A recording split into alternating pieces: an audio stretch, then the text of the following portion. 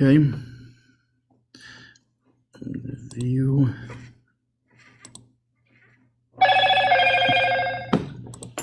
One second. Okay. So it was already for years before this, Rebbe was already talking about Nyani Moshiach Geula, and he was talking about the importance that essentially that the already in like Purim of Mem Zion 87, I think it was, where the Rebbe spoke about like, and not only that, he said that people already at that point they're wondering why is the Rebbe so all of a sudden he's talking every time Mashiach Geula, Mashiach Geula, Mashiach Geula. So this is going on for a few years, and of course during this period people were very excited about learning Yoni Mashiach Geula, etc., etc. And then there was very often the Rebbe, first of all, just a little thing to understand something about the Rebbe's style. There was, I'll give a little story actually before the Rebbe was even Rebbe, when he was in Europe. And they asked him to come Farbrengen at a certain shul. I think the Gabbai of the shul was a Lubavitcher. And he heard that Rebbe's son-in-law was around, was in town. So he asked, it was called the Ramash then. He asked him to come Farbrengen in a shul, but the shul wasn't the Lubavitch shul. It was, in either case, still this, they were excited because it was an illustrious person, the son-in-law of the Lubavitcher Rebbe. And he went to the shul and he was Farbrengen and he started going around the table. And he went to one person and he asked him what was his name. And he gave him his name. And then the Rebbe gave a whole thing on his name and the letters of his name and how it connects with the parsha and how it connects with this and that. The whole thing, connecting it with Kabbalah and with... The Rebbe then asked the next person his name. And he did the same thing. But then he went and connected it with the person before his name. Then he went around the whole table doing this. He would connect that person, but then he would connect all the people before that also. A very intricate style, which is actually a lot of that comes from his father, Levi Yitzchak, who was also had a style like this. So very often in what the Rebbe would do is he would and this was a pretty common thing by this point is he would talk about the time of the year, and he would talk about why it's connected to Moshiach and Geula and etc. etc. So why the year and then why the specific month and the day of the month and this kind of thing. And then he would go on to give the point of the Sicha. In this Sicha, the Rebbe does the same. It starts off, fairly the norm, with the Rebbe talking about the connection, and then all of a sudden he goes into something very unexpected, a very, very fiery, heartfelt, something that really that actually, in a sense, shocked the Hasidim, which I think was the Rebbe's intent a little bit. Not just to shock them, but more so to shock into action. What's interesting here is, like, for example, there's 5 pages, which we'll share on the screen momentarily. There's 5 pages here, and 4 of the pages is talking about the time and how it's connected to Mashiach and Geula. And then only the last page is the actual. So it's almost like 4 pages of introduction, and then boom, he goes into this thing that's. So anyway, so let's, without further ado, then let's start the actual Sicha. I will screen share it here. And let me just see what's the window I'm looking for here.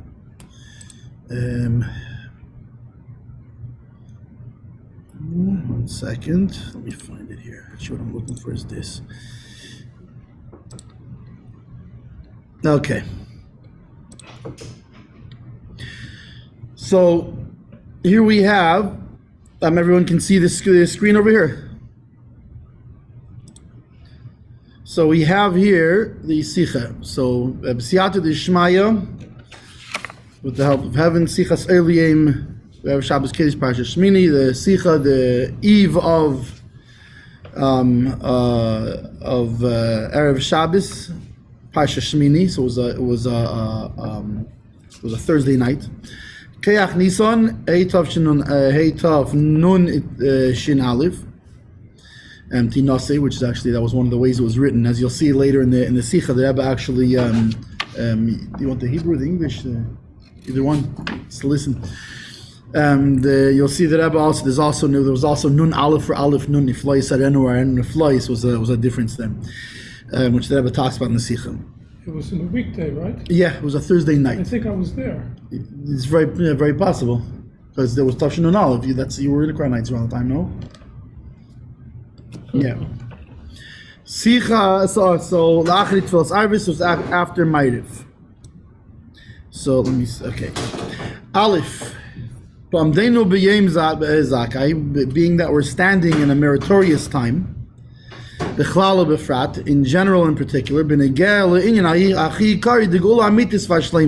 so not just in general a meritorious time, but a meritorious time specifically as it relates to the main idea of our times, to our main push of the true and complete redemption.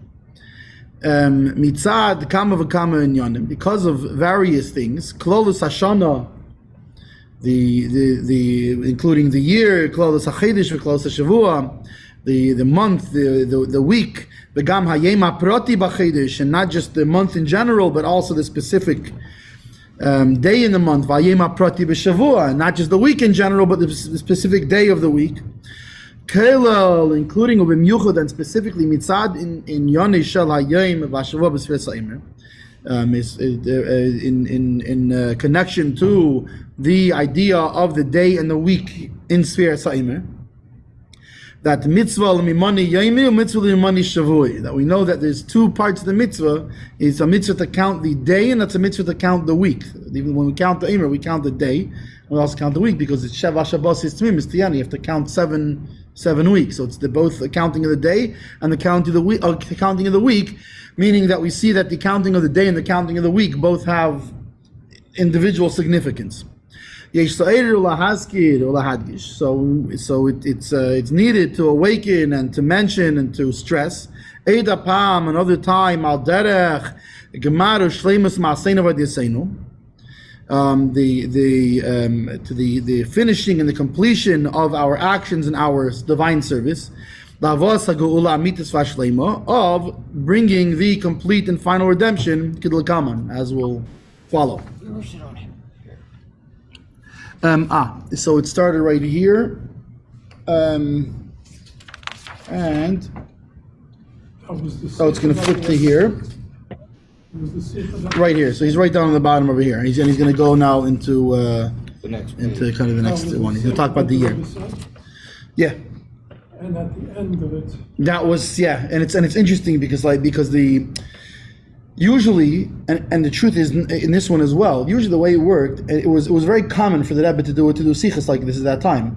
First of all, it's generally a common thing but was in the Rebbe's style to make connections between dates and years and gematrias of certain things and all kinds of intricate connections. But it was very usual for him to make connections and then connect it to Moshiach and Gula. And then usually once he would do that was the introduction, and then he would go into the meat of the thing, or the hira, so to speak. In this case, he does the same thing. It was the sort of shocking nature of the. I mean, it was just. Completely, and this was, and it not just blew everybody away. This was already the thing of Mashiach and Geula that he was stressing and stressing and stressing. Even in light of all that, it blew people away. Even in light of all that, of all the pioneering thoughts, so to speak, that he brought into Gullus. I've done all I can. Yeah, but what's interesting is that the introduction is in this 5 pages of the Sicha. The introduction is 4 pages, and the thing is 1 page. But man is at a heavy page.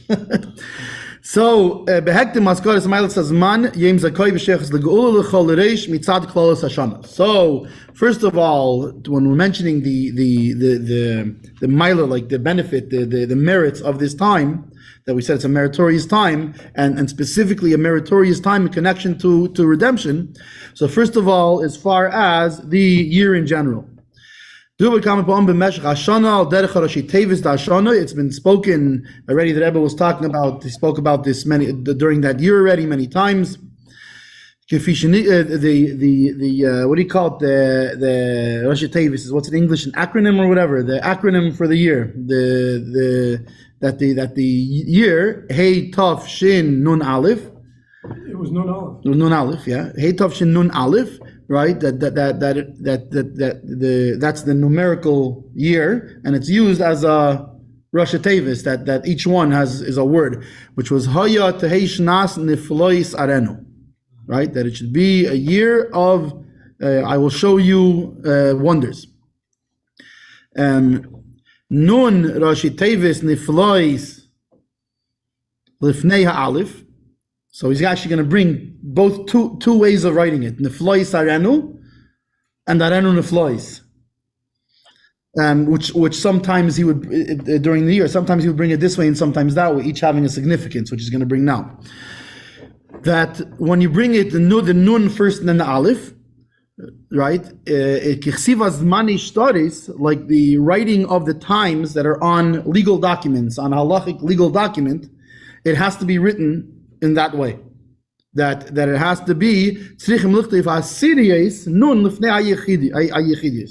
you have to write the tens before the ones. Of course. So the tens come first, right? Nun, and then aleph.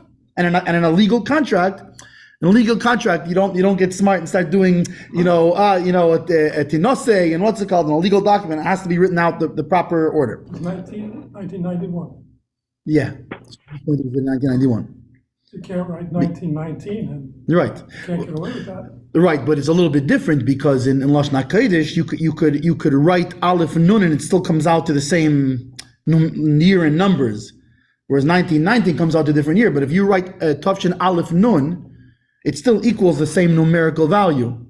But it would, and sometimes it would be Tinase, and then sometimes if it comes out to a bad word, they would switch around the. But even so, even on such a year, in a legal document, in a halachic legal shtar, it has to be for it to be valid. The year has to be written out in the thousands, the hundreds, the tens, ones.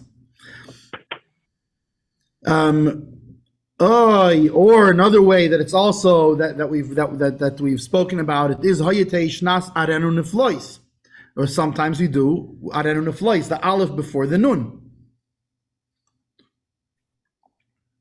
Kiloshin Akosov. Why this way? Because to match the words of the pasuk, Ki made Seischa Meretz Mitzrayim Arenu Neflois. Like the days I took you out of Egypt, I will show you wonders. So therefore, I don't know flies in the pasuk. So sometimes it's used not in a legal contract, but in speaking in Sichas and stuff, would also called arenu neflois to match the pasuk. Shneim gam yachad, and both of them together, meaning they both have a significance. And the explanation in this niflois kishala wonders. They can be in a way that they're not revealed, they're not shown in a revealed way. Like the saying of our sages of blessed memory, that there are miracles that even the person that the miracle happened to, how much more so other people. The person the miracle happened to doesn't recognize that a miracle just happened to him.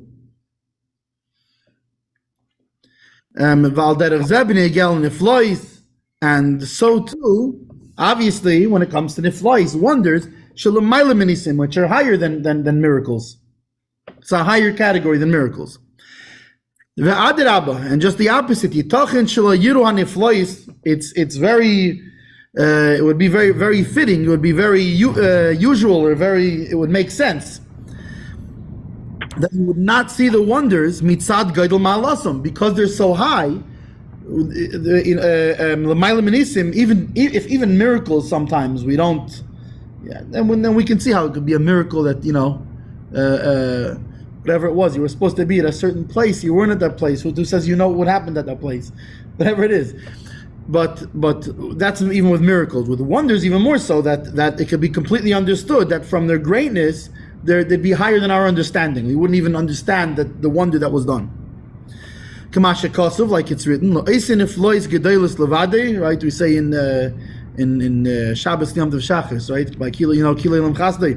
So Lo'esin Iflois Gedelis Levadei Kilo Elam Chasdei, right? That what does it mean? That he makes great wonders alone. What does it mean alone? Shalo'esin Iflois Gedelis, being that there's such big wonders, Lochein Hu Levadei Yidei Shehu Nes. He alone knows that a miracle was done. But even the person that this wonder happened to doesn't know that a wonder happened to them at all. And the addition of I will show you that the wonders are shown in a revealed way in actual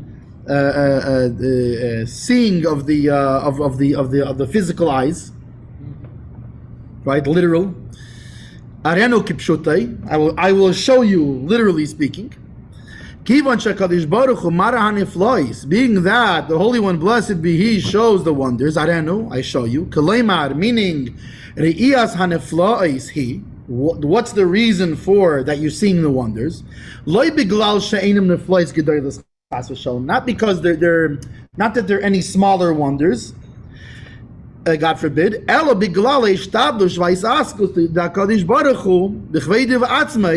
because of the effort and work of Hashem Himself in His glory and self, that it is in His power and His ability to show great wonders. Meaning that even such a wonder that's so high that it's above our understanding, He's a Kol Yochel. He can do whatever He wants. He can do everything. So His greatness is so great that He can even show us that which we really can't perceive.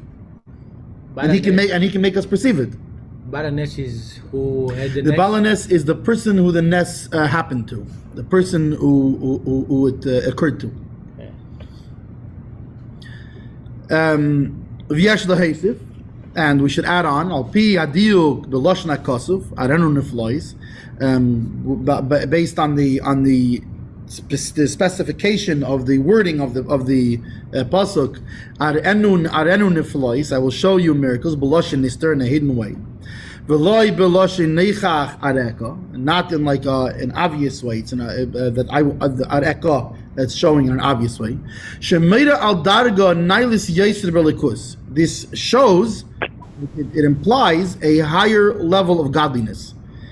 Shehiba eifin nistar, that is in it's in a hidden way. It's done in a hidden way.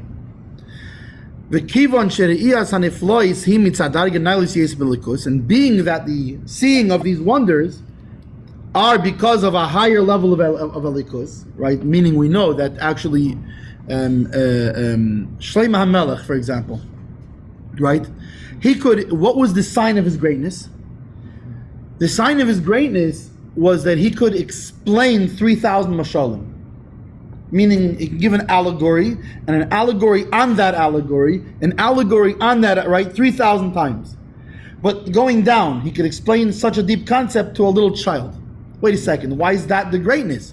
We should say he could go 3,000 allegories going up. He can go 3,000 allegories going down. What is allegory, mashal? Mashal. Yeah. So, but what? Where do you see the greatness? From how low down he could go. That's where he saw Shlomo HaMelech's greatness. That somebody else maybe even could understand the concept, but he couldn't explain it to somebody else, and certainly not with 3,000 levels like this. So the same thing, Al Derech Mashal, by Hashem is where do you see His greatness the most? Is not so much the higher levels. It's the fact that He's revealing Himself on such a low level, that He can reveal Himself in an open way, and there's a revelation of Elikus down here.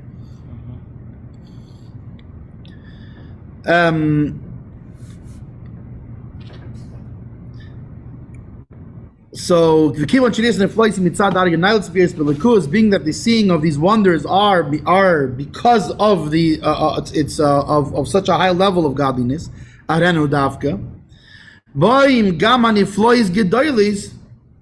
So it comes, even the great wonders, right? Like Leis Neflois Gedolos Levadi, Shehu Levadi Yedei Shehu Nes, that only he alone knows that it's a miracle. Why does only he alone know it's a miracle? Because only he has the greatness to perceive the miracle.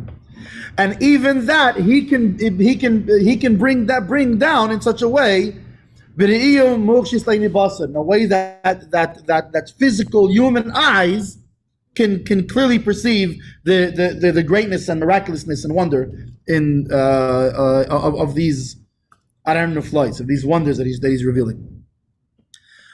And in this alone, so now he spoke about that what's niflois. Niflois is the wonders, the great wonders that's above comprehension. And Arenu is his revelation of it. So Bazeh Gufa bases the Arenu. In this alone, there's two orders of revelation, right? Meaning niflois Arenu and Arenu niflois. Haseidim mitzad metzius ha'olam. There's the order that comes from that's meaning from down to up. That comes from the order of the world. From the reality in the world and works its way up. Ksiva shtaris, right? That's nifloi saranu nun aleph, right? Just like that's the seder olam, and that's why you have to write a star in that order. Nifloi saranu ki mitzad metzius ha'olam milmata l'mayla harizeh niflois shelamayla megilui. They are wonders that are higher than revelation. V'hisgalusam and their revelation. It's because the Eibishter makes a special action of revealing it to us. What is star? Check? Check? Star. Shtar. No, shtar is a contract. Oh, so, okay. כמו אם כתבנו שטר ביני וביניך על איזשהו עסק או משהו כזה. בעצם צ'ק זה גם שטר. בגלל שצ'ק זה לא כסף. מה זה צ'ק? צ'ק בעצם זה שטר שאני נותן לך, שהבנק ייתנו לך את הכסף. שטר הכשרות. It's really a shtar also. So Seder mitzad Torah, but then there's the Seder, the order of the Aron Nuflies as far as the Torah. Lashna Kosov, right? The like the pasuk has Arenu neflois. So first Arenu, first the revelation, and then the wonder. Arenu, he already has the revelation, the neflois of the wonder. That's higher than the how do you call it? It means like the fences, but it means the limitations of the world. Milmail lamata, so this is from above to below.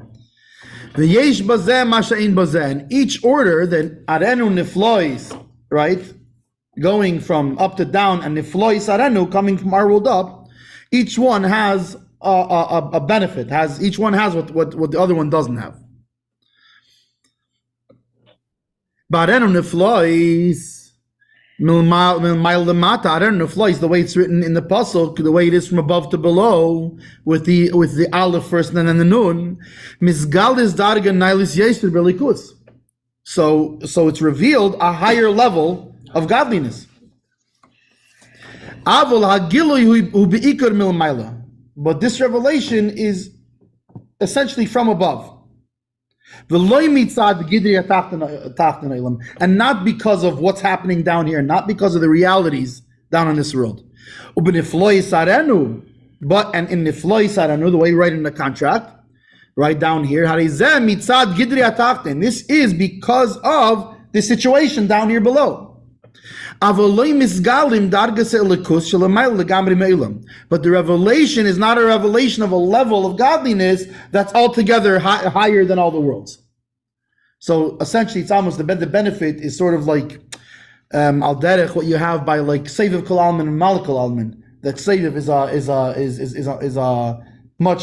a much greater light, right? It's not mitzamtzim at all, it doesn't contract at all. But at the same time, Mimala goes into the kelim, Mimala goes into the physical vessels in the world. So it's sort of like that, where you have the way it comes from above to below, it's a greater revelation. but it's really a revelation that in essence is beyond the world. And the other way around, from coming from down to up, even though the revelation isn't as high, but it's a revelation that really relates to the reality in the world. V'hashleimus hamitis, and what's the true, complete situation? He betzid of shneim gam yachad. It's combining the two of them together. Niflois aranu v'aranu niflois, both ways. Shemizgalis, on the one hand, mizgalis darges alikushel ma'il legamri me'elam. On the one hand, the revelation of godliness that's revealed is a revelation that's of the level that's completely removed and above the worlds. But at the same time, it's drawn. At the same time, it's drawn down, and it how do you say choder? It permeates. I think permeates are pretty good for cheder, no? I think cheder. It permeates. I think it's like it means it goes. It means it goes inside.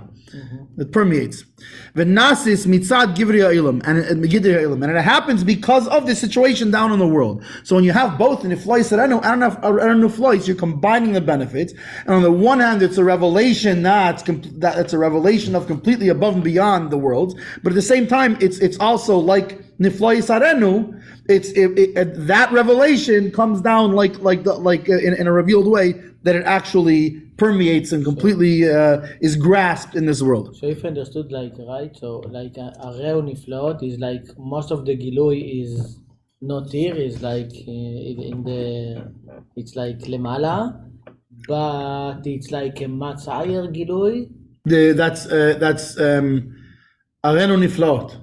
In Ma'alef Kodem, yeah, and Niflaot Areu, it's like not so high Gilui, but we can see it like. But it's a lot more right. It's a lot more connected to this world. And then you know that there is a ness because you actually see them.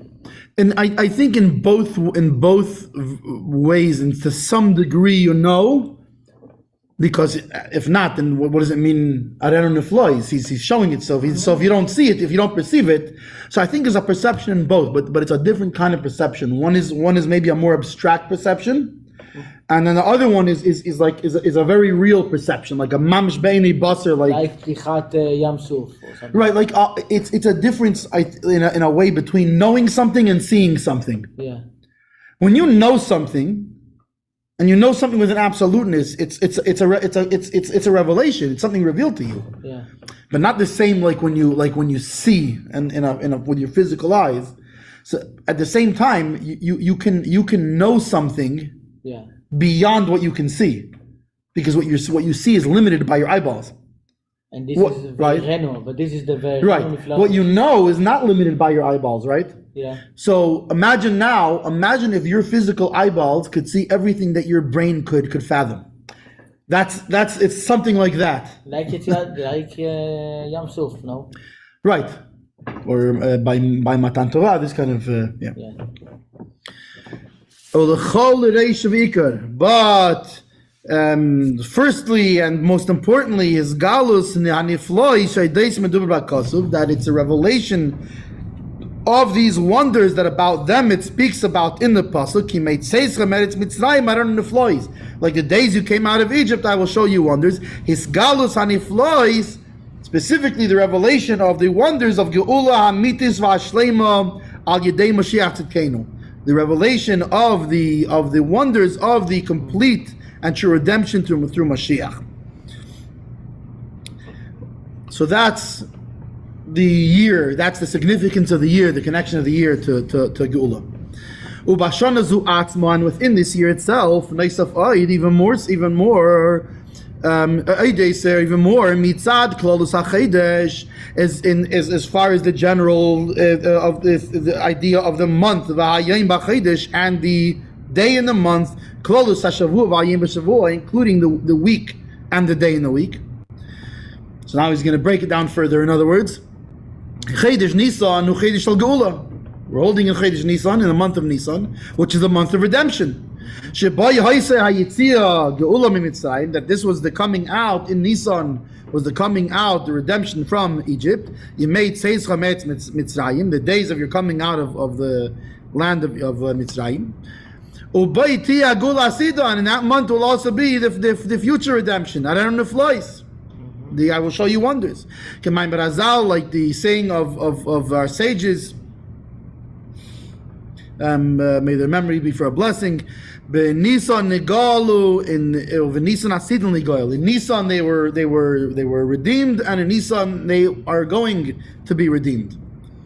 Over Chedesh Nissan Atzmei, and in Chedesh Nissan itself, Halayla, this the night Shebe'emtza, that is in the middle of Umechaber, and connects Yom Chav Zayin Nissan v'Yom Chav Ches Nissan, that connects the days of the 27th of Nissan and the 28th of Nissan. So this was on L'Chav Ches Nissan. So it was the night after Ma'ariv.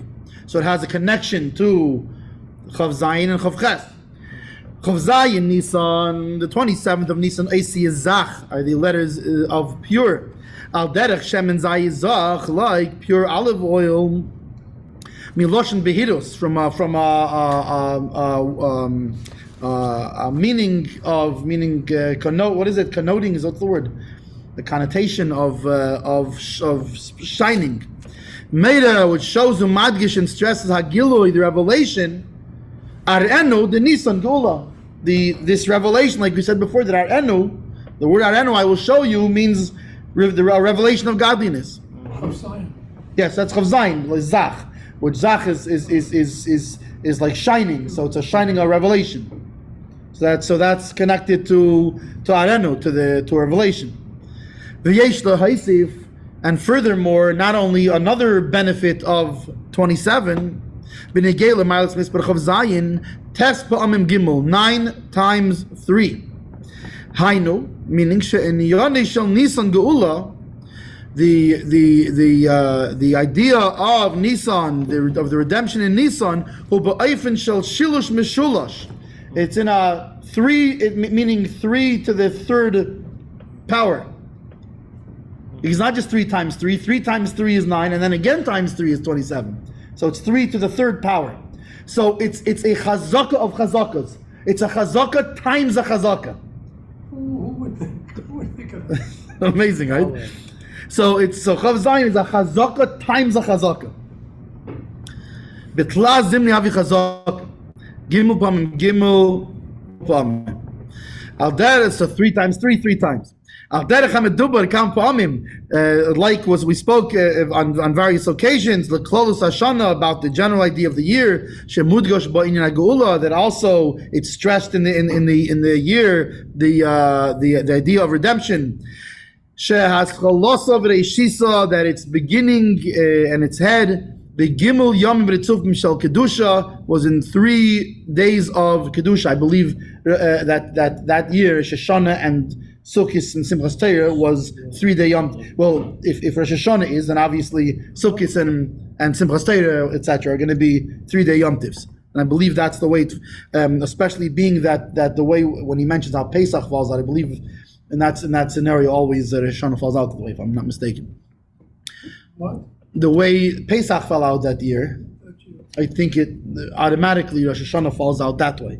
That is Thursday, Friday, Shabbat. Thursday Rosh Hashanah, Friday based Rosh Hashanah, and Shabbos of. This year is Friday and Shabbos. Yeah, so that year was Thursday, was Rosh Hashanah, was Thursday, Friday. So the whole year began with a Shabbos Mishulish. It began with a Chazak of Kedusha 3 times on that year. So that's he's saying that he's now connecting the triple chazaka of the day. He's connecting it to a triple chazaka of the year in its entirety, because that year started out with 3-day Yom Tivs. But this Shamatz, which Chag is it? זה ראש השנה, כן? ואיזה יום שיהיה ראש השנה, יהיה גם סוכות בשבוע, יהיה גם סוכות וגם שמיני עצרת. כן, אז בחוץ לארץ, כן, שחייץ ונשען בחוץ לארץ, גם פונים, ראש השנה בסוכות שמיני עצרת שמחת תורה. אז בחוץ לארץ, בארץ זה היה יום חמישי, ואז זה איסרו חג, ואז, אבל פה, in Chutz La'aretz, we're meaning in the place where of Golus was this chazaka of Geula, of Kedusha. So he's now connecting the Chav Zayin of the day to another significance in the year as a whole. The Keyach Nissan, now he's going into that's Chav Zayin, but we said it's connected to Keyach, the Chav Ches. AC is Keyach, the letters of Keyach. Meida Umadgish, it shows and it stresses HaChezik v'Atekiv de Nissan, the strength and the Tekiv is also. תגיד לי מושיק, חוזק ותוקף, אתה תגיד באנגלית אחרת, זה בעצם strong and even stronger. The strength and the very strength of Nissan, of redemption. Kailel, including, ובמיוחד and specifically, בפשטוס, in a literal way, נסיnas hakayach lavoaz geula bepeil mamish, the giving of strength to bringing the geula, to bring the redemption in bepeil mamish, in an actual and physical, literal way.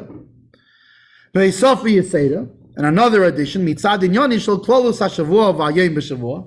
Now breaking it down, moving into the week and the day of the week. Klolus hashavua, the general idea of the week, Parsha Shmini. Sheshmini kashur in inyan geula, that the eighth is connected to the concept of geula, right? Like we know that 7 is nature, 8 is above nature. That 7 is like it says in the times of there's the Tehillim, in Tehillim Natzech ala Shminit, that the harp of David was a Moshiach harp. Right? I mean, he was David after all. Oh, Menachem. It was a harp after all. So, I mean, he was David after all. So his harp at 8 strings is Mashiach, and it says that in Mashiach times it won't be just 7 notes. It will be an 8th musical note that will be added. So, in Bechlal, we see in many places. Here's the. Let me see. We're holding right over here. So the Rebbe so far has been going over the significance of the year of Tavshin Aleph and the month, etc. of Til Geula. So now he's going to the week. So he's by Sheshmini Kosher here. That the 8th is connected to Geula, b'shavua de Parsha Shmini Atzma, and in the week of Parsha Shmini itself, Hashavua Hashlishi de Parsha Shmini, which in that year, being that I think the way it falls out with Cholamayid and Yom Tov, etc. Okay, you hear in talking in the background. I'm in a Zoom Farbrengen. There's a Zoom Farbrengen because I don't know what's Chavches Nissan, but that's what it is tonight. So. Well, if and anyone who's not who's please mute yourself. A friend of ours is teaching a Sicha of the Rebbe. So we got a good introduction. It's extremely interesting. Let me see. So there we go. Okay. So 1 second. Let me move it to here. Okay. So he's bringing now another chazaka. In other words, what happens when you do parshas, you do tzav before Pesach, right? What parsha was it that year? It was Shmini? It was Parsha Shmini. It was just before Parsha Shmini. And remember, it was Thursday night, so they had just read. So they just read it again. But because of Mondays and Thursdays, etc., and so you have also after tzav, you start reading it. Right, mincha of tzav, and then you read it, and then if it's Pesach falls on Chol Hamoed, if Shabbos falls on Chol Hamoed or Yom Tov, then you don't read Shmini still. You always read tzav before Pesach and Shmini after Pesach. So the way it fell out is it was the 3rd week that they were reading Parsha Shmini. So now he's bringing the idea of the chazaka also to Parsha Shmini. He's connecting the idea before of Chazaka that Shmini is connected to the redemption. Well, Shmini is connected to redemption, but he's bringing also that there's the aspect of the Chazaka it's the 3rd week of Parsha Shmini.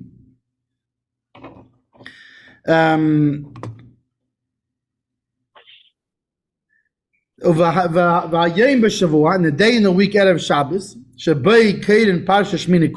that on it you read the whole Parsha Shmini, right? The Shnai Mikra V'Chatargum. Unless he's referring to Shabbos itself, where you actually read it in the shul. And the way it comes out in this year, you read Vayihi Bayim Hashmini the 8th time, meaning over the 3 weeks, it comes out when you read it.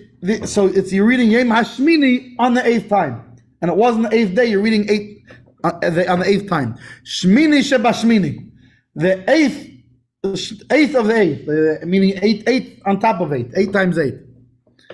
Geula Sheba Geula, redemption times redemption. Tachlis Hashlemus Begeula, the ultimate completion in the Geula. V'yesh l'haisif, he's not done yet. V'yesh l'haisif, and here's to add the Milas Hayoim, the value of the day. Mitzad HaKesher V'Shayches L'Yom HaBoim, to connect it also in connection with the upcoming days. Mechavches Nissan, Boim L'Chavtes Nissan. From 28th of Nissan, you go to the 29th of Nissan. Erev Rish Chodesh Iyar, which is the day before Rish Chodesh Iyar. Shenikra Yom Kippur Katan, which is called the Small Yom Kippur, the day before Rish Chodesh. Me'ein v'dugmas in Yonish Yom Kippurim, which is, how do you say me'ein? Like a taste of, sort of, but like it has from, it has like a piece of and an example of the idea of Yom Kippur itself. Yom Chasunasei, the day of his wedding. Yom Kippurim shenitnu by luchis achrenis, that Yom Kippur was the day that the second luchis were given. And so what's the connection? Yom Kippur Sheshlei Musay Bagaula Hasidah, that the completion of the ultimate redemption, Sha'aziyu Hanisuin, the Knesset Yisrael of the HaKadosh Baruch Hu, will be the marriage between Knesset Yisrael and the Eibishter, and the Holy One, blessed be He. So this is also a day that's connected to Geula. Were the luchos actually given, or were they brought down? They were brought down on the. I mean, they were given, but brought down means they were given to the Jewish people on the day. Umimenu ba'im l'Rish Chodesh, and from that it comes to Rish Chodesh.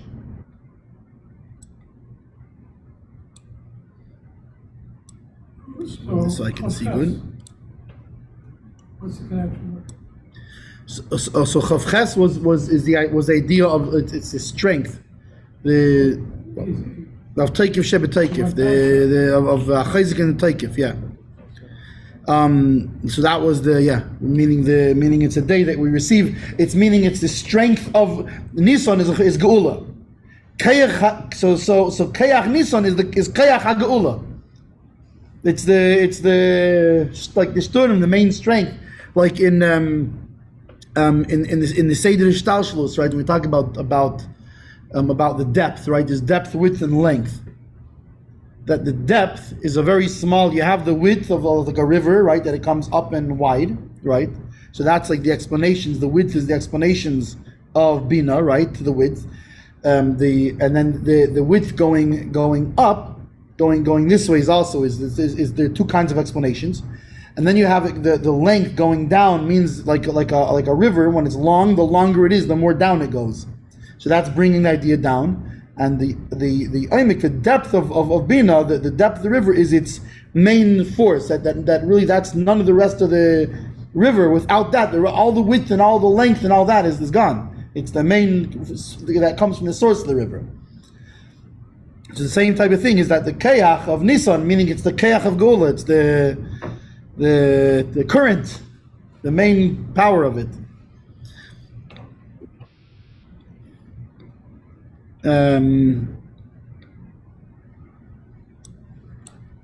Let's see. So Mimenu Bam Rish Chodesh, and from Yom Kippur Katan, we go to Rish Chodesh. Meilad Halavana, the birth of the moon, the Gmasi B'Yisrael. And we know that the Jewish people are compared to the moon and can we count according to the moon. And they will be reborn like the moon in the final redemption. Obenidun the dan shirish chedesh hu beis yamim. Boy mi emrishon the reish chedesh the imshein the reish chedesh shebei masel minyan me'achidesh. That we come from the first day of Rosh Chodesh to the second day of Rosh Chodesh, which you actually start counting the days of the month, meaning from the last day of Nissan into the first day of Iyar. So we see this twice in Rosh Chodesh. So the idea of redemption is doubled in it. And on this particular year, there's another benefit to how it falls out. Is that Erev Rosh Chodesh comes out on Shabbos. Oh, also this year. This year, right? This year the Friday. first day, but this year the first day, Shabbos. right? Shabbos and Friday, and so Erev Rosh Chodesh is Thursday this year. No, Friday. It's not tomorrow. Tomorrow? Tomorrow? No, Erev Rosh Chodesh is Thursday. On that year, Shabbos was Erev Rosh Chodesh, so Rosh Chodesh was Sunday, Monday. Okay.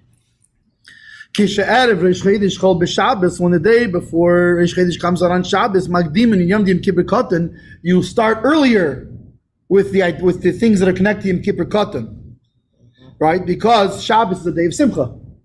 It's not a day of Tachnun. It's not a day of fasting. A day of you can't fast on Shabbos. You can't. So I'm convinced that was the goal.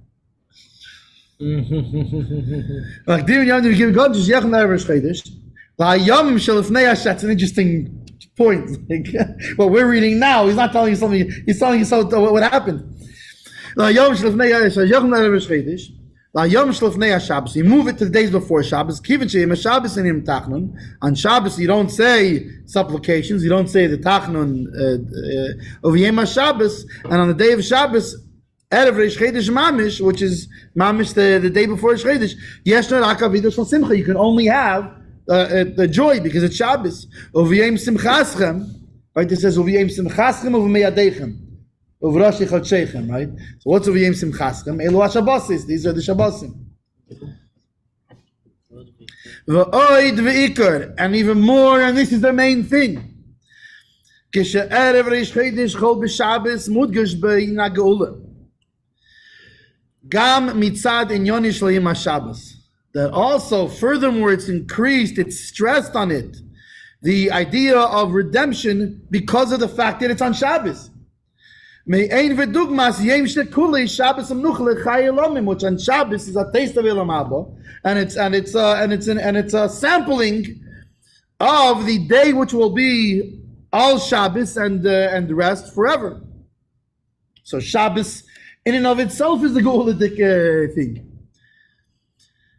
And from the second day of Rosh Chodesh, meaning the first day of Iyar, we come to the second day of Iyar. Yom Eladosei Shel Adma Marash, which this year comes out on Sunday.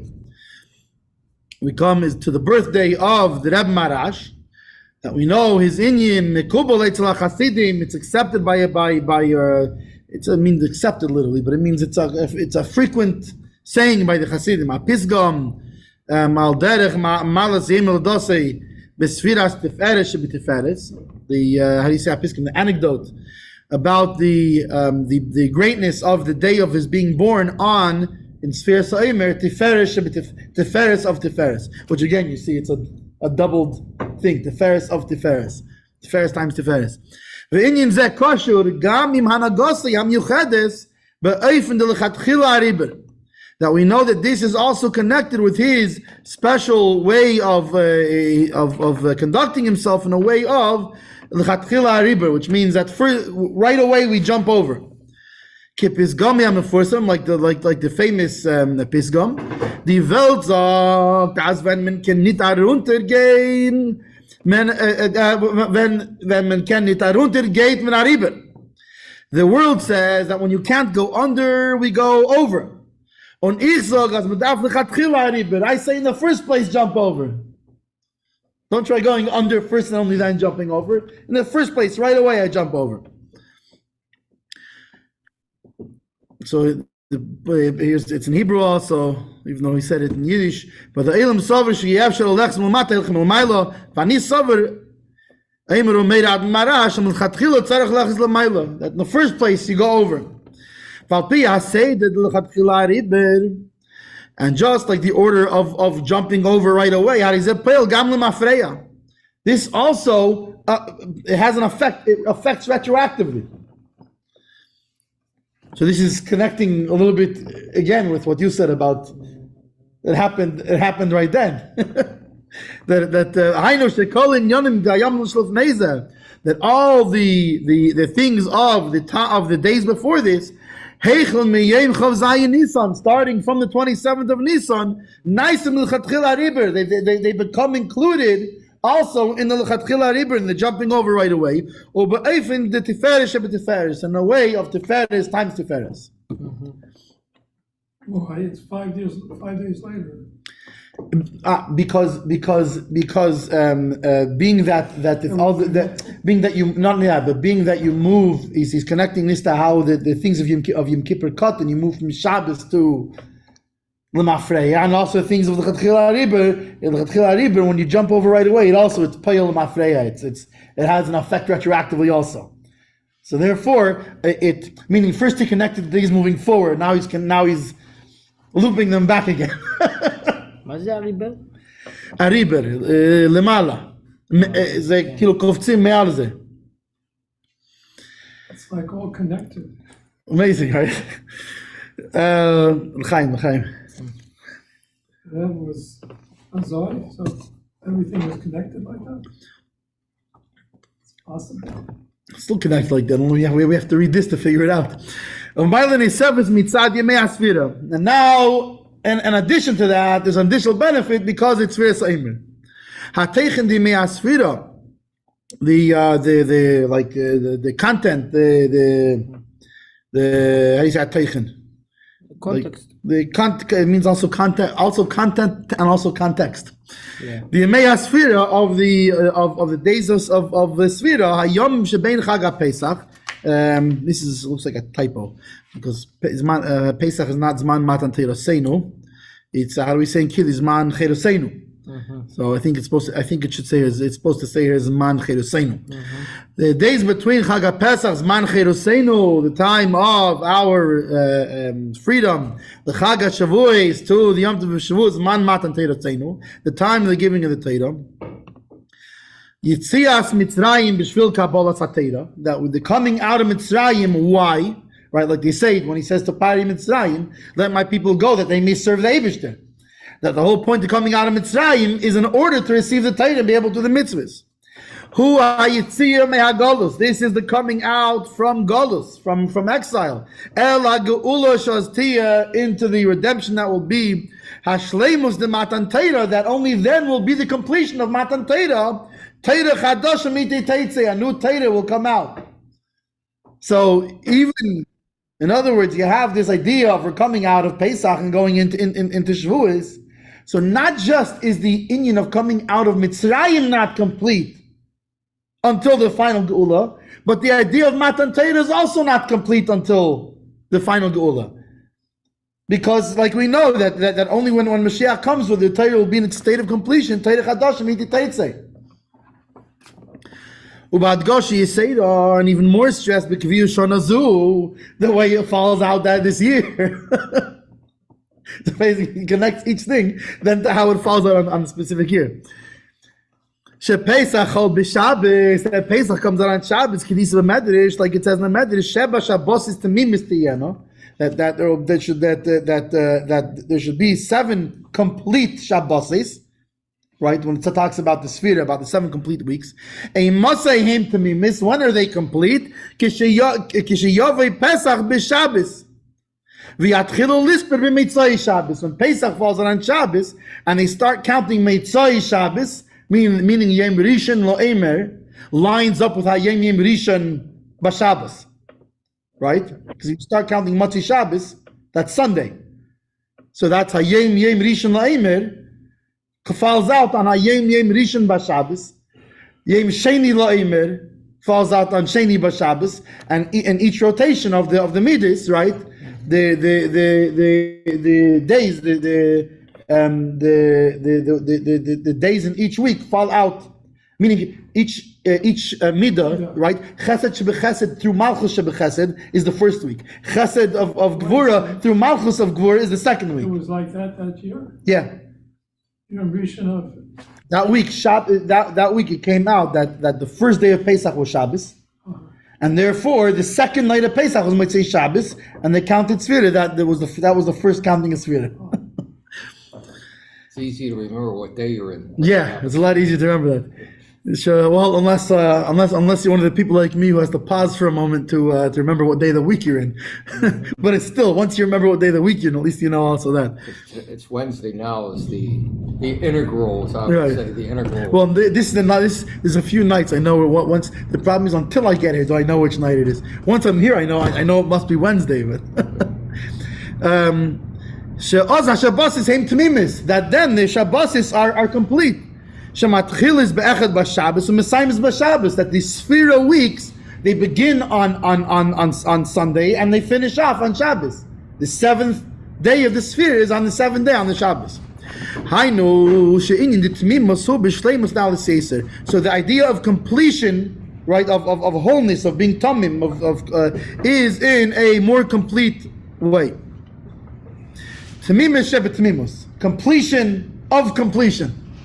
So now again, he's doing the multiplying thing of he's showing it was his geula of geula, completion of completion, chayzik sheba chayzik, etc., etc. So that's regarding Sfira Bichlal.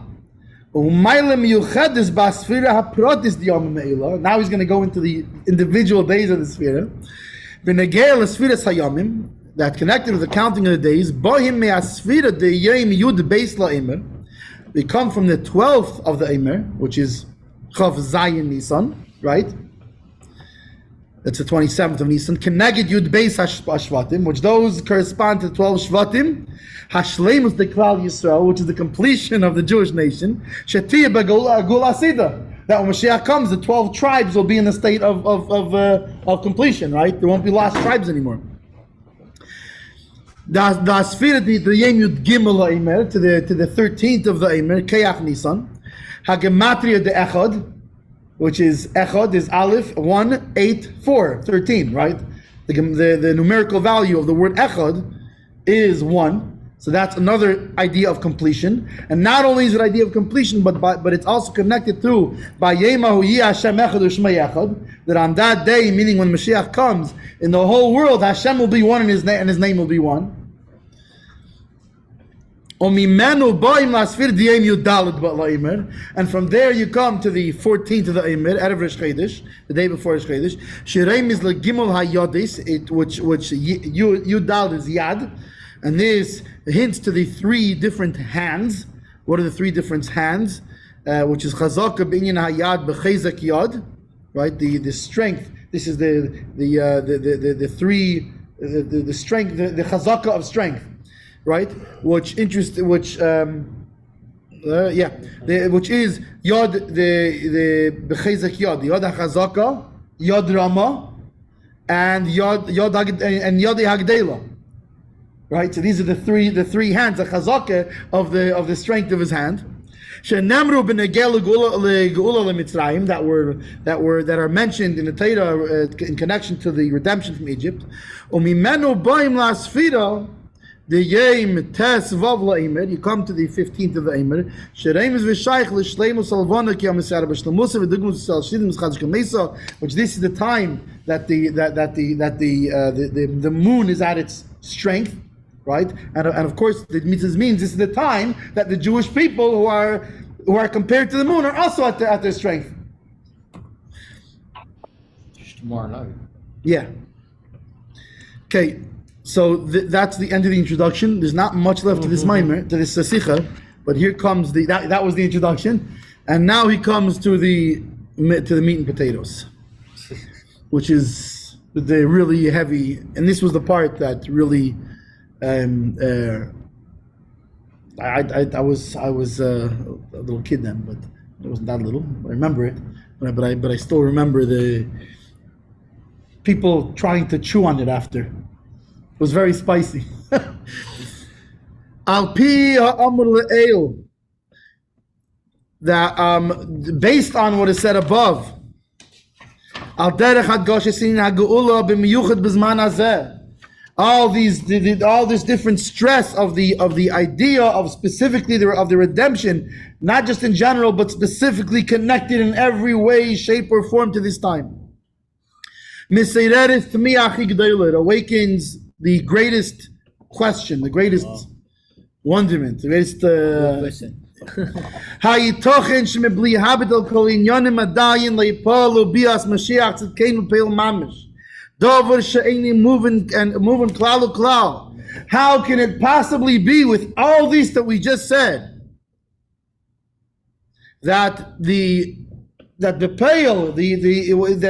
in action there wasn't the coming of Moshiach, the actual coming of Moshiach? This thing is not on this. How can we cannot understand this at all? Utmiya nisafes, and it's an even bigger wonder. An even bigger question.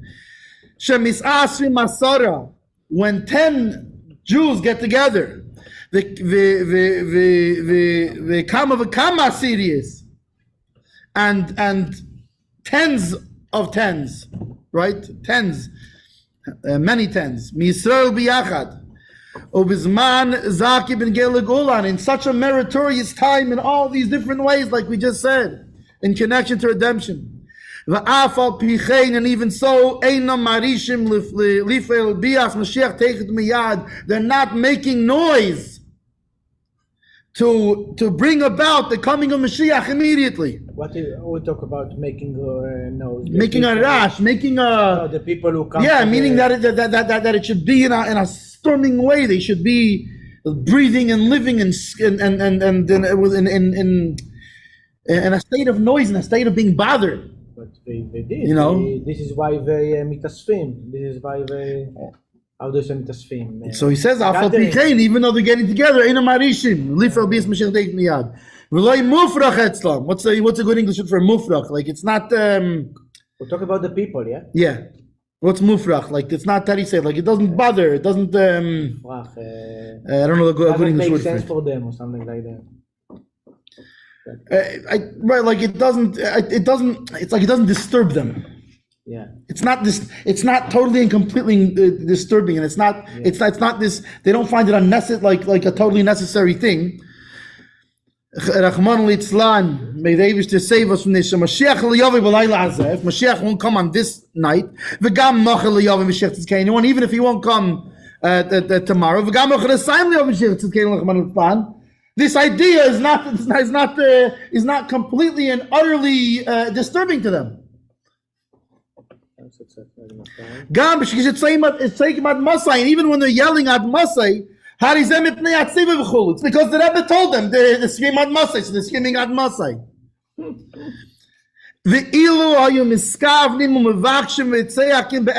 If they would really have the intention and beg and cry out in truth, there's absolutely no question at all that Mashiach would have come already. What else could I do? So that every Jew will make noise, will cry out be'emes, in a way of truth, because it really bothers them. To bring Mashiach be'peil, in actuality. After being that after everything that was done until now, didn't help. And what's the proof? We're still standing in Galus. And even more, and this is the main thing, in our personal Galus, these are very, very sharp words. Not just are we in a which we know that in the fact that Rebbe spoke on many occasions before this, like for example on Purim of Mem Zayin, he spoke about learning actually it was also on the Parshas Neach, I think, of when base there's various times the Rebbe speaks about learning about the Aveda and learning Chassidus, etc., and he talks about the idea in other words, wait a second, how am I bringing Geula by studying Chassidus? Because you bring about your personal redemption. When a person brings out his personal redemption, that also enacts a redemption on the world. What is personal redemption? Meaning that when when a person becomes in a state of Geula, that his realization, his whole realization is Geula. Right? Not just that. What does it mean, Geula, right? We know what's Geula. What's the definition of Geula? Geula is, he said it before, we just had it in Haftarah this Shabbos, right? Was it the Shabbos, I think? It was Achin Shel Pesach, right? That is that's where he talks about when Moshiach comes, all the things, and it says that's what Moshiach is. Mashiach is that the whole world will fill with the knowledge of Hashem Echad U'Shmayachad. So what's learning Chassidus? Chassidus is us learning about how Havaya Echad U'Shmayachad. It's Yichud Shemai. And like the Baal Shem Tov writes in the letter, right? In the letter to Gershon Kitover, right? That's an introduction to Kasser Shem Tov. That there's the story when he asked the Moshiach when he's going to come, and he said, he must say right? When your well springs will spread outwards. But the letter continues after that, and the Moshiach tells the Baal Shem Tov that every single person will be able to be miyachid yichudim. A simple Jew will be miyachid yichudim like you, like the Baal Shem Tov. So what's a state of Geula? That's what Geula is. Geula is Yichud Shemai. It's that the world is in a state of Yichud of Hashem Echad U'Shmei Echad. He is one and his name is one. So when we learn Chassidus, right, we actually, this is what we're doing. We're increasing our Meirich Be'echad, our ability to contemplate on Hashem is one, his name is one. But it's not just that it's something we're doing and affects us. That affects everything around us. First of all, because like we know, when I learn Chassidus, and you learn Chassidus, and he learns Chassidus, and the other learns Chassidus, all of a sudden, we also start discussing Chassidus. And somebody else comes and says, hey, what are you guys talking about? So really, you can see in a physical way that it affects the world around us. But bichlal, just when we are miyachid shemay in our place in the world, so this is what he's talking about in terms of personal geula versus crying out for redemption in the world. He says these are very sharp words. That not only is it not in a state of the geula in the world, but he says he says in the main thing. Why? Because that's the main thing in bring Moshiach is bring your personal geula, yourself to a state of geula. The geula is even a state of in their service of Hashem. They're in a way of internally they're in a way of galus, of an exile. The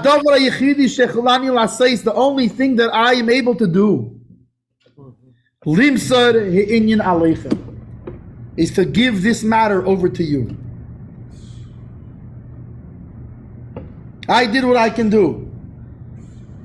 The only thing I can do beyond that is to give it over to you, the Chassidim. Asu kol asher b'yicholtechem. Do all that is in your ability, everything that's in your power. Do all that you can do. In yonim sheim be'eifin de'eris de'tehu. Do things in a way that are like the lights of tehu. Avol, but of course, bekalim detikun in the vessels of tikkun.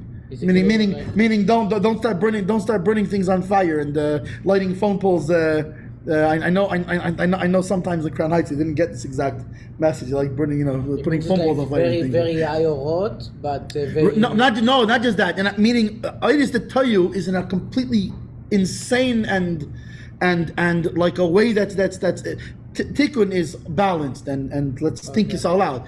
Tell you is like an explosion. He's saying I'm telling you, act explosively. Meaning think big, think huge, think global. Don't just think about, well, maybe I can bring Moshiach to between 4 and 5 o'clock when he's saying not in a global way, in a way that's explosive, that's Now, obviously, they became taken without this, without destroying people and things and whatever it is. Not only that, the whole idea of Yemei Mashiach is Eis Hatayv became the tikkun. Kalim the tikkun also would also preclude breaking halachas to bring Mashiach, because Kalim the halachas are Kalim the tikkun, is everything has an order and a thing, but. He's saying act in a way that's big, that's like larger than life, so to speak. It is to tell you, total light. L'havi bepeil as Moshiach tzidkenu taketh miad mamish, to bring Moshiach tzidkenu immediately. V'hirotzin, and may it be His will, shesave kol safe, that finally yimtzu asara Yisrael. We'll find 10 people in the 10 Jews. She's akshu, that will be akshonim. How do you say akshonim? Will be stubborn, right? They'll be stubborn. Sheheim muchrachim lifalei tzla kadosh baruch hu, that they absolutely must make it happen by the Holy One, blessed be He, that they're going to make it happen. And certainly, if they take this upon themselves, it will work, and they will make this happen by the Eibishter. Like it says, Ki am kishay erefu, they are stiff-necked people. Limal yusa, meaning not, it's like there's the famous insult. It was in the 90s. From the 90s. They'll tell you, you're stupid, in a good way. No, this is really in a good way. It's complimentary. Yeah, right. It's in a. Oh, that's a very good word. Thank you. Complimentary. But meaning it's there could also be a bad shay'erif. There could be a bad, being stiff-necked in a bad way. And you can be in action in a very bad way also, but in this case, when it talks about the Jewish people, obviously he's not talking in a derogatory fashion, but rather as Rabbi Tzaneshi says, in a complimentary fashion. And therefore, right, it says right,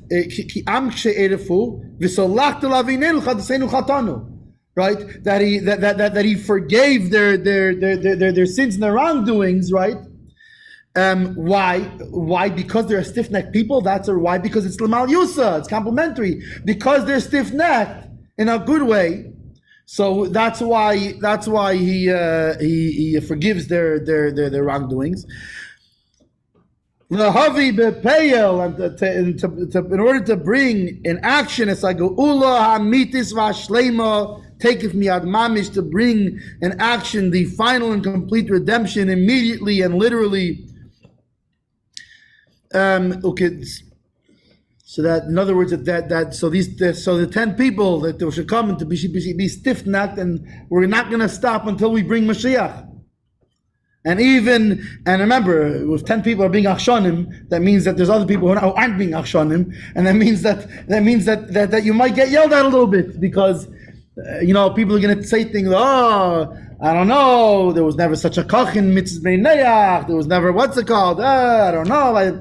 Before it was like this, and after it was like that. And no, if you're going to come up with ideas to bring Mashiach, obviously you're going to have to come up with things that weren't done before, not things that were done before already. So it's just, you might take some heat for it, but that's why you have to be an action.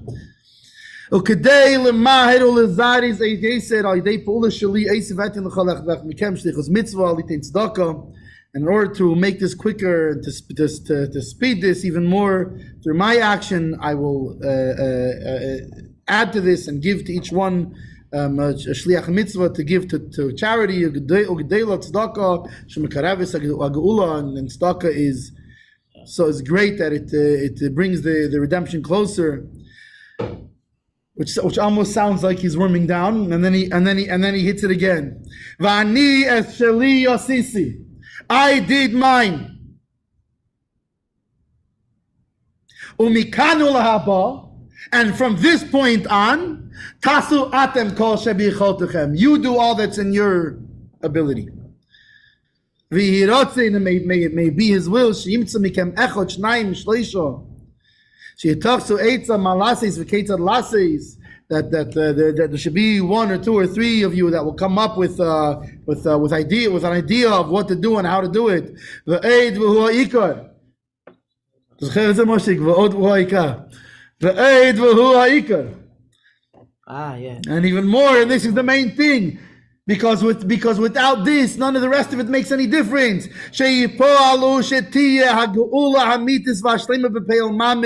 That they will make it happen, that there will be the complete and final redemption in action, literally.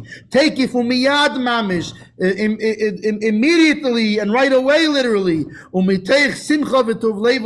a way of joy and gladness of heart. So that's the end of the Sicha. I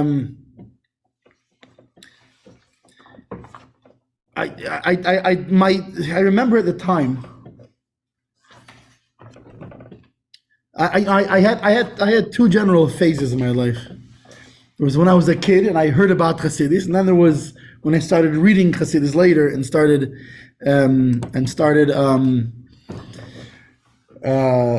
inspecting it for myself and inspecting the wording and inspecting. Now, the problem with it is that when I'm inspecting it, I'm only inspecting it for me. So I can only tell you what I got out of it for me, because, like we know, there's the mice that Rebbe said by Farbrengen, that the Sicha, the Mamarim, right, everything that the Rebbe's tell us is directed at us personally.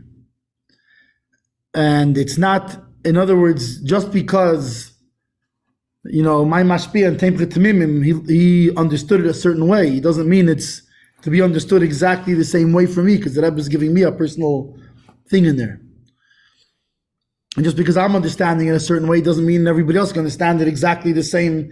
Read the Rebbe's letter to you.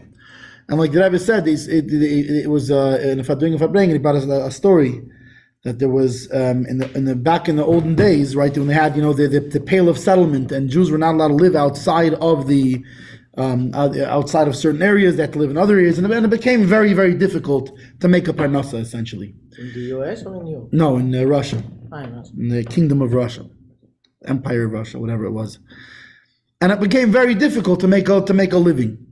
So Jews would come up with all kinds of. You'd have to figure something out. How can I make a living? I got to feed up my family. I can't do this. I'm not allowed in schools. I'm not allowed to be a doctor. I can't be a lawyer. I can't be this. I can't. One of the things that they would do was they would make like farming. They would move into farming areas. They would do essentially subsistence farming, maybe do some bartering of things. But with farming the land, they could somehow, squeeze out a living. But they lived. There was one farm here and one farm there and one there, and So the Russians at least allowed them to own land. No, I don't know. I'm not sure if they own land. Maybe, or maybe they didn't own them. It could be they had to rent the land. There were some places that they rented the land and worked it. In Russia at that time, I'm not sure if they were able to actually own the farm they were on, or if they were essentially renting it for a tax from pirates, or not sure. I'd have to look. I'd have to Google that one. They say that's one reason Jews became bankers and everything, because they couldn't own land and. Right. So in this case, not necessarily were they owning. I don't know if they owned the land or not, or if they were.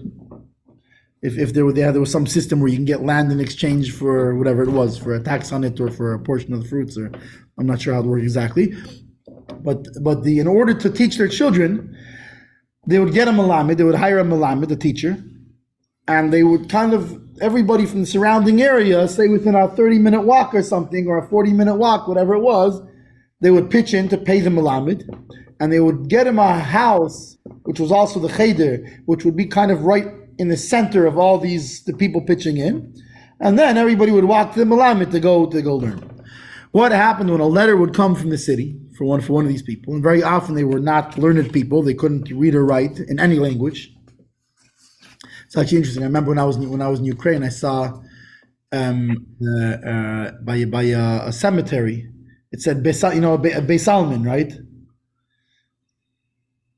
Beis Yud Saf. Right, Beis Elam, they call it a Beis Elam, is right. Okay, so it's written Beis Almin, Beis Ayin Samach. It was written out like in Yiddish, like transliterated into Yiddish. Beis Ayin Samach Aleph Lamed Mem Yud Nun. But it's It was because that's they didn't know to write this way. That's how they write it. So some people couldn't even that. They couldn't read or write it at all. So when a letter came from home, they would bring it to the Melamed, and the Melamed would read them the letter, and then they would dictate what to write back. And the Melamed would write it and send it back. Anyways, one day a letter comes for one of the farmers, and he brings it to the Melamed and he opens it up. He brings it to the Melamed. The Melamed reads it for him. Dear Yankel Shmerel, the truth is I should do better at remembering the names in this story, because the Rebbe was actually very particular about when he told stories about details and things like that. So the Rebbe told it a certain way. I should get better at telling it that certain way. But right now, this is how it comes to my memory. That he said, Yankel Shmerel, we're sorry to inform you your father has passed away. And the farmer faints. His father passed away. Right? So he fainted. The Rebbe asked the question, why did the farmer faint? what is faint? Faint, passed out. מתחלש, איך קוראים לזה? נחלש. Like on the ground. So, Rabbi asked? מתעלף. מתעלף. כן, מתעלף. So the Rebbe asks, why did the farmer pass out? He wasn't reading the letter. The Melamed was reading the letter. The Melamed should have passed out. So no, because the Melamed was just reading the letter. The letter was a letter to the farmer about his father. So the same thing is Hasidis. When the Rebbes are talking to us, even for example, sometimes we have somebody translates it into English, or explains it, a maimer, whatever it is, doesn't make a difference. The Sichas are easier. The Sichas are basically are purely translation. Mamorim, sometimes you have to explain more because they involve all kinds of, the aspect of the spheres. So you have to. So, but even then, it doesn't make a difference. That's just somebody. He's still just explaining your. You know what it's like. It's like if somebody writes you a letter. Second. Hello. Oh, Dr. Green, how are you? One moment, so someone will open up. So, the mimer is a personal thing from the Rebbe to you. It's the Rebbe talking to you personally. The fact that sometimes, all of us sometimes need a melamed, whether the melamed is, they have like a biurim b'lekutei that adds all kinds of background information and all kinds of things like this. Whatever it is, whether it's in English, the bottom line is it's the Rebbe talking to you personally. So that's why it's very important. Hey, how are you, Dr. Oh, look at that! What a crowd! Hey. See that? So now I know sooner we're gonna have to start the whole. There's gonna be round 2 coming later of the Sicha. We just finished the Sicha, but we're gonna start. Yeah, it's okay. We're gonna start it later again. Who's on there? First, have a seltzer, make a l'chaim. I think it's here. The reason I'm saying that is this is my understanding. I saw at the time how other people understood this letter, and I certainly, after going through it many times myself, did not understand it that way. Which the way some people understood it was almost like the Rebbe was throwing his hands up, and which of course this is why I think some people were very disturbed by it. But if you look at the Rebbe's wording, now was he looking to shock us? I think for sure. No, I think for sure the Rebbe was looking to shock us, and he was looking to shock us into action. At the same time, it's not that Rebbe saying it's hopeless. Not that if it's hopeless, why is he telling us to do anything? You should say it's hopeless. Don't do anything. Yeah, we're guys. We tried. We're done. He says no. He says I did everything I have to do. Meaning the time the time that the Rabbeim pull you is over. Why? Because not only that, what is Yemei Mashiach? Yemei Mashiach is every human being will know Hashem Echad Shmei Echad. Hashem is one, His name is one. And not only that, how are they going to know that? They're going to know that because the Jewish people as a whole will become in a matzav of Rebbe. This was actually something that I forget, is it Lord Rabbi or Rabbi Lord Jonathan Sachs? I can't remember if it's Dr. Rabbi or Rabbi Dr. Rabbi. I think it's Lord Rabbi Jonathan Sachs. One of the I believe it was that's I heard it from him, not directly, but watching. We do when we want to waste time, right? We want to like really have like a good gishmak, a waste of time. We look at like old like Kinnis HaShluchim videos and what Lord Rabbi Jonathan Sachs said about shluchim. That's like that's like a real Yetzer Hara. So anyways, what he said that other Jewish leaders, where the Rebbe was different, is that other leaders created followers. The Rebbe created other leaders. And really that's in Yemei Moshiach, that's the whole thing, is that all of the Jewish people are turning into a matzav of Rebbe, of being completely cohesive and completely one with the Rebbe. And I mean, look, you see it now. You see now that Rabbi Lubavitch Chai v'Kayim, the Lubavitch Rebbe is alive and well. If you have any doubts, look around. Look at the Chabad houses. Look. You're talking about not just the old Chabad houses are maintaining. The movement there is unbelievable. Furthermore, I can tell you, I can tell you this from what I see by my kids. Is first of all, I'll tell you, I was by the Rebbe. My real kasher to the Rebbe was not formed when I was by the Rebbe. In fact, my real kasher to the Rebbe, I'll tell you, was formed after Gimel Tammuz. It was when I learned the Rebbe's Chassidus. And I started really focusing and taking time and learning and really trying to understand what's the Rebbe saying to me. This was after Gimel Tammuz. Furthermore, I can see by for example, like we can see by our kids that fine, we saw the Rebbe. These kids never, they not just me. Fine, you could say, yeah, it like flashed to you. Your realization of it was after Gimel Tammuz, but you got it before Gimel Tammuz. Okay, so how about my kids? My kids this was already. My oldest is already what? 5 years after Gimel Tammuz, 6 years Gimel Tammuz, like that. These kids have more bitachon, they have more hiskashus. These kids are more connected with the Rebbe than we are.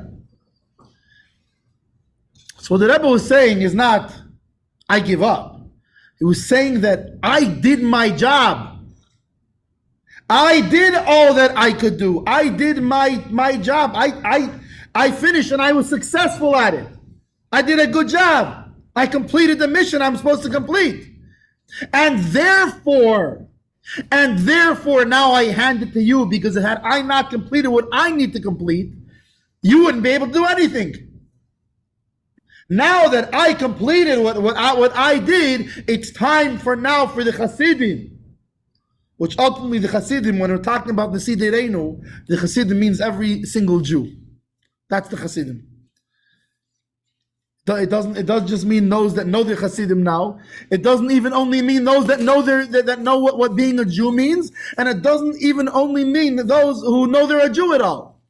But every single Jew is connected to the Sidei Reinu. And the Rebbe is saying, I'm giving this over to you. Do everything you can. Come up with ways. And by the way, he gave us it's not just come up with ways. What do you mean come up with ways? The Rebbe gave us the tools to come up with the ways. There's this thing now they do, right? They use gamers to solve scientific problems. Have you ever seen this thing? No.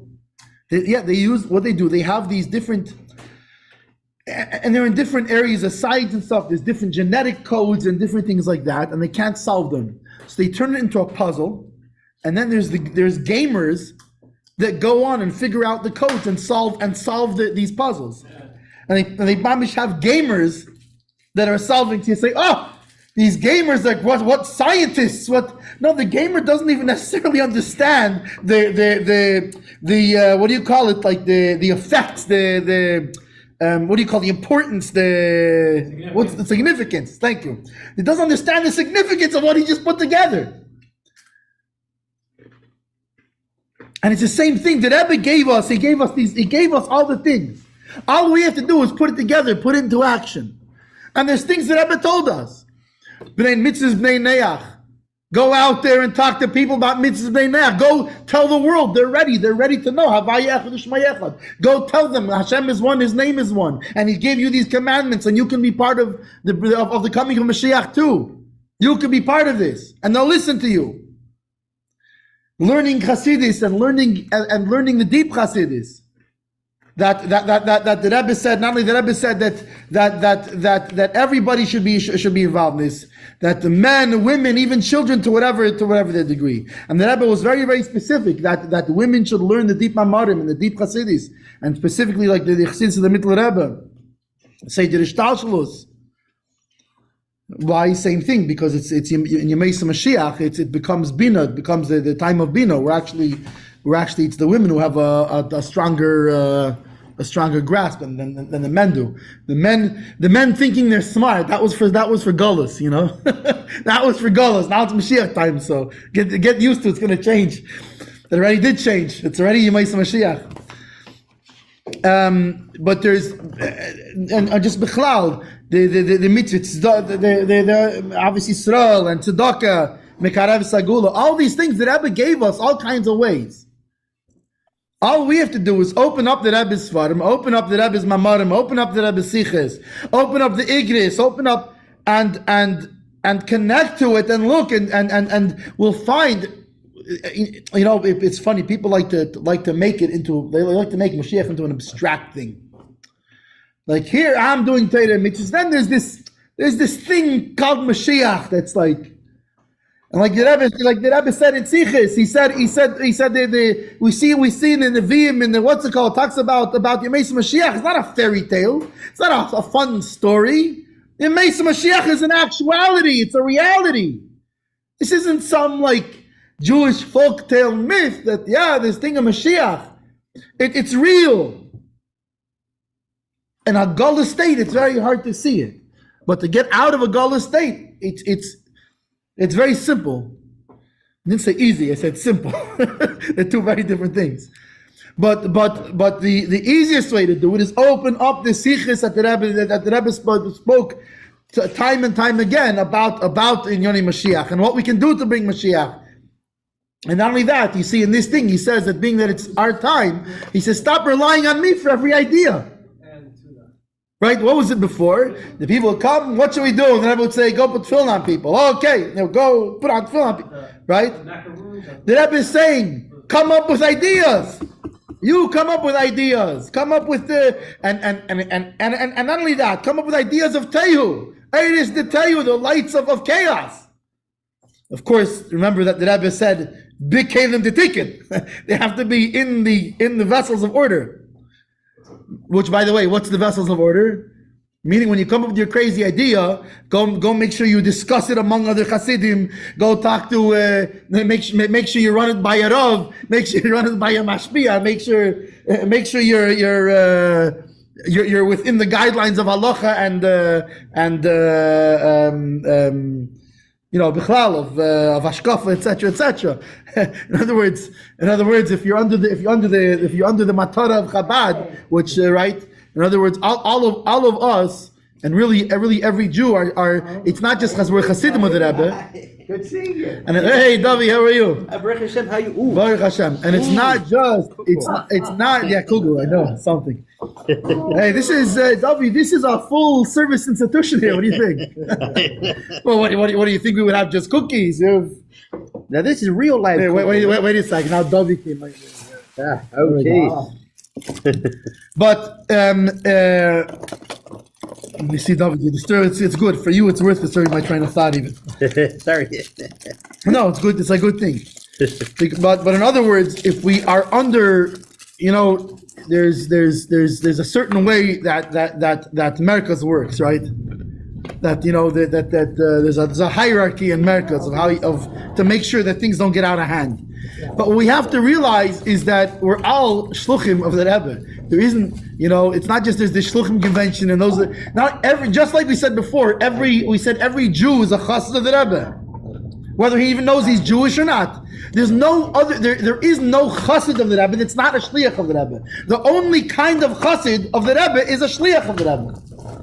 It's a funny thing, and now it's a new thing where people think like, no, I'm just a chassid. I'm not a shliach. I'm just gonna mind my own business and do my. What do you mean mind your own business? In the early years, the way it used to work, the Lag Ba'omer floats. How did those come together? It was all the people. There wasn't so many bachim like now. They have from France, Israel, from all over. They have bachim. Back then, there wasn't like a whole bunch of bachim in 770. So what would happen? The younger girls from high schools would go and babysit everybody's kids. The men would go, right? They would go out after, and they weren't. What's it called? They had to work. They had to also make food for the table. They would go with the hammers and nails and hacking and and building. The women would be going and painting signs. Everybody was involved because you're a chassid of the Rebbe. A chassid of the Rebbe is a shliach of the Rebbe. We're all shluchim of the Rebbe. When the Rebbe is saying that we have to go out and do this and this and the other, he's talking to every one of his chassidim. He's talking to every one of us. Every one of us is a shliach, and befrat specifically, we are his shluchim. In this, what he told us, he didn't just say you do it, right? He didn't say I did all I can, you do it. He said I am giving this over to you. What does it mean giving over? He's giving it over to us. He's giving us this shlichus. And not only is he giving it over to us, but we know shluchis shalom kamesei that, for example, the representative of the king is coming with all the powers of the king behind him, and the same thing. We're every one of us. Whenever we choose to act as shluchim of the Rebbe, when we go, wait a second, the Rebbe needs me to go and put film on people. The Rebbe needs me to go and sit and make a chavrusa with somebody in Chassidis. Right? Whatever it is that we can, one little thing we can do. We're doing this with. He said 10. We're doing this with all of the power of the Rebbe behind us. So l'chaim, we should take to heart what the Rebbe said, and we should first of all aim to do.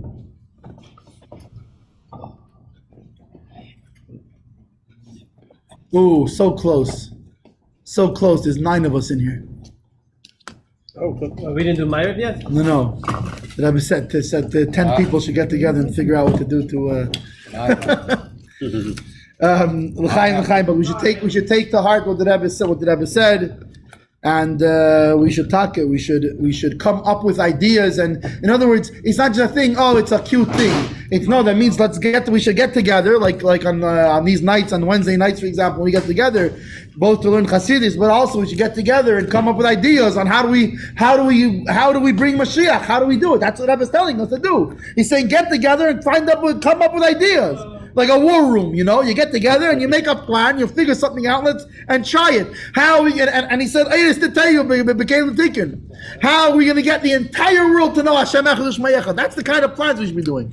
Not just the other plans are good also. How do I make another chavrusa in learning? But Ayris to tell you.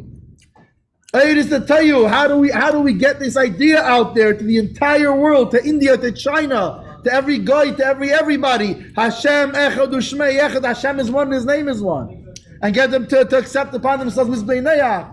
How do we get that everybody should be learning Chassidus? And by the way, like the Rebbe says, I can tell you, by the way, I've seen this with Payel.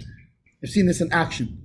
The Rebbe says that when you start learning the deep Chassidus, your parnasa, everything that you had to work for very hard before, will come in a much easier way. I can tell you, B'Payel, I'm still trying the system. It hasn't failed yet. I keep pushing a little more learning, a little less working. I think the time I work has already gone into the negatives. In other words, there's work and there's work, but the Avedas Hashem ratio to the Aveda ratio, and every single time when I make a achlata, you know what? I'm going to take 2 more hours. What's it called? You know what? So whatever the Eibishter will figure out what he called, and all of a sudden the Eibishter finds some weird automated thing that's like that's replacing whatever it was that was missing from that thing. And that's the thing is you take what the Rebbe said to heart and really just Yehuda Leib has a knife. He's going real Eidus to tell you here. Yehuda Leib. Wait, we need to discuss this. The Rebbe says in a different Sicha that Kaif and Nissan doesn't mean that. Yehuda Leib's getting ready with a big giant knife. Kaif and Nissan. Yehuda Leib, Ira, Rebbetzin Alin, Rebbetzin Nashi, L'chaim, everybody. We are the ones, particularly every one of us, we are the ones that the Rebbe was talking to, that the Rebbe meant that when he was saying get together and figure out ways to bring Moshiach, figure out ways to get the knowledge of Hashem further in the world, he wasn't talking just to he was talking also to, because the Rebbe talks to everybody, even the head shluchim, and even all the shluchim, but especially the Rebbe talks to every one of us as a Jew. As you know, it says Sheish Meis Elav Ragli Ha'amazeh, right? It doesn't say this nation, it doesn't say a body was this nation, right? Compared to the Rebbe, I don't care what your post is, I don't care what your title is, I don't care what position is, I don't care how much you think you know, I don't care how much you think you learned. You're Sheish Meis Elav Ragli, you're 600,000 feet. We're all feet. We're all feet. So when who the Rebbe was talking to, his feet. You know why? Because his hands are draining a cup. His feet are the ones that can take it somewhere. So l'chaim l'bracha, we should take what the Rebbe said, and when the Rebbe says get together and come up with ideas and come up with ways to spread Moshiach, that he means that every one of us, men, women, children, to come together and make groups, make Farbrengens, and to discuss, and in a real way. Not we'll make a Farbrengen, and and Yoni Gula Mashiach, and something in the Beis HaMikdash, yay, great. That's not what the Rebbe is talking about. The Rebbe is talking about feel it. Feel it. It's in a way that you're getting together because it mamish bothers you that Moshiach has not been revealed into the entire world in a way of Einei Basar this second. And you can't wait till tomorrow, and you can't wait till the next day. We got to do something about it now, and we'll sit and come up with a plan, with a real plan. You know, it's like when Chas v'Shalom, we shouldn't have this kind of thing in Golus anymore. We shouldn't have a Golus. We should have these things. But when Rachman Litzlan, you see somebody is ill, and they're discussing with doctors, and they don't sit, okay, I'll tell you what, why don't we sit here, and doctor, why don't you read me a nice thing from the medical journal? Now he's saying, doctor, what do I do? I want to live, doctor, what do I do? Right, the same thing when somebody is, they're defaulted on their mortgage, right? And the mortgage broker comes, and he doesn't, you're a mortgage guy, right? You know what? Why don't you read a nice thing about mortgages in 2023 versus mortgages in 1993? So that's what you're going to get together and read. Let's read a thing, a nice piskam, what's it called, about, and I'm not saying you shouldn't, but that's not what the Rebbe's not talking about, just to get together. And because the Rebbe told us that it should be in a way that it bothers us, and therefore we got to do something about it, and we got to come up with practical things. And practical things means using practical tools, which, by the way, nowadays don't cost that much money. There's like they say in Hebrew, kol ha-Facebookim, kol ha-TikTokim, kol ha-YouTubim. We mamish, right? Us sitting here and this computer right here in front of us, we literally have instant access to the entire world. And this access was put here for one simple reason, is to spread it in the whole world. Kamayim le'am mechasi. Chaim v'racha. Ya la la la, my la la la, my ya la la la, my la la la, my la la la, my ya ho, my la la la, my la la la, my ya la la la, my la la la, my la la la, my ya. Hey ya did it, my did it, my la la la la ya. Hey, I did it, I did it, I did it, I did it, bam, bam, bam. Hey, I did it, I did it, I did it, I Hey, I did it, I did it, I did it, I did it, bam, bam, bam. Aho, aho, I did it, Hey, I did it, I did it, Hey, I Hey, Hey, I did it, Hey, I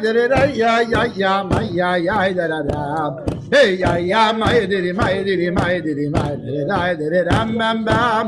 Hey, I did it, I did it, I did it, I did it, bam, bam, bam. Hey, I did it, I did it, I did it, I did it, bam, bam, bam. Hey, I did it, I did it. So I'm gonna go off of the online, being that we are going into the informal part of the Farbrengen, and I cannot be responsible for what anybody else says. I can barely be responsible for what I myself say, and so I for sure can't be responsible for what anybody else says. But thank you everybody for joining us, and Amir Hashem, we should all take to heart what the Rebbe is telling each of us individually and do something about it. I'm tuning in from Muncie. Oh wow, you're long distance. I'm still not home from Pesach. You see, isn't that amazing? You're in Muncie and you can still be here at the same time in Pittsburgh. Not only that, I'm closer to Eretz Yisrael, so I'm waiting. I'm really anxious to get into. You're trying to get a head start, huh? I have my suitcases here with me. all ready to go. Yirtzeh Hashem. Yeah, amen. Thank you. Okay, Zai Geben.